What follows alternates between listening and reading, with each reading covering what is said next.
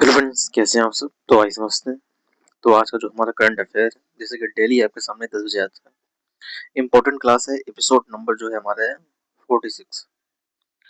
तो आइए समझते हैं फिर। देखिए, मोटिवेशन लिखा हुआ है कि सफलता कभी कभी किए गए काम से नहीं, बल्कि बल्कि लगातार किए गए प्रयास से मिलती है। देखिए, पहला क्वेश्चन आपके सामने दिया गया है कि हाल ही में भारत ने किस देश के साथ अच्छा समझौता मजबूत किया हुआ है। तो किसके साथ मजबूत किया हुआ है?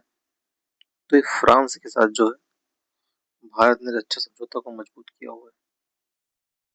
नेक्स्ट है आपको, अप्रैल 2026 में किस भुगतान प्रणाली में उल्लेखनीय वृद्धि दर्ज की गई है? Which payment system recorded significant growth in April 2026? तो किसमें की गई है? तो यूपीआई में जो है किया गया है।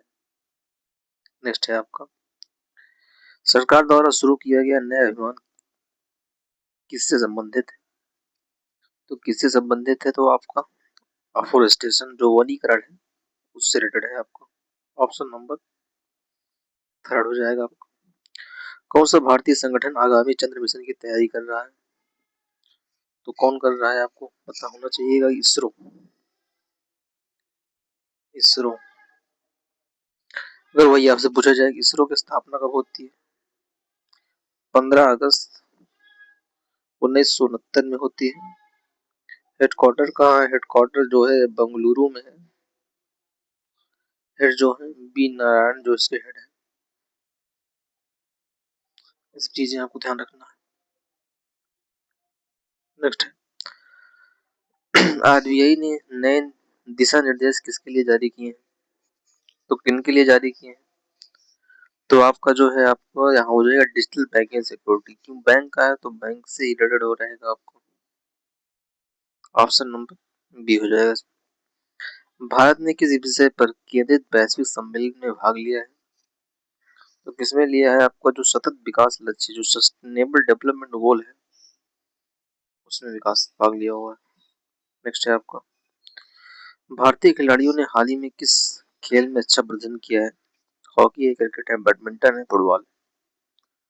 किसमें किया हुआ? जो बैडमिंटन जो है इसमें किया हुआ है।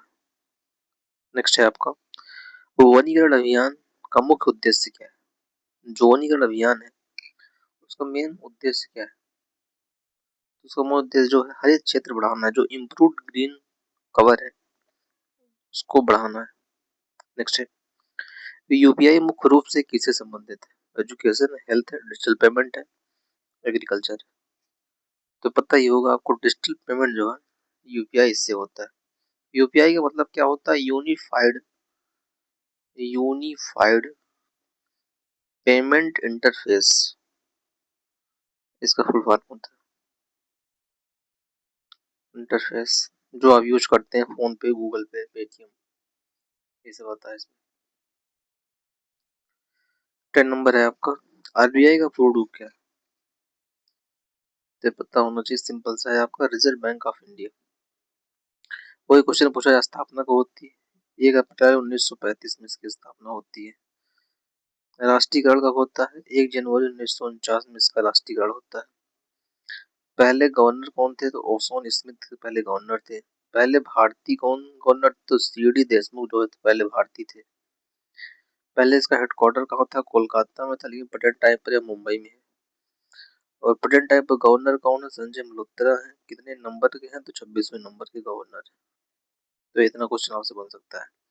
किस समिति की सिफारिश पर आया था? तो यंग हिल्टन जो समिति है उस सिफारिश पर आया था।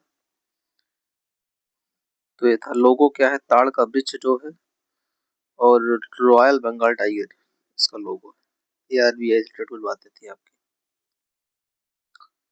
तो आपका आंसर दिया गया है, पीछे मैच कर लीजिएगा। चलिए, thank you so much. Channel पर नया सब्सक्राइब कर दीजिएगा। मिलते हैं अगले टाइम पर, तब तक के लिए बाय।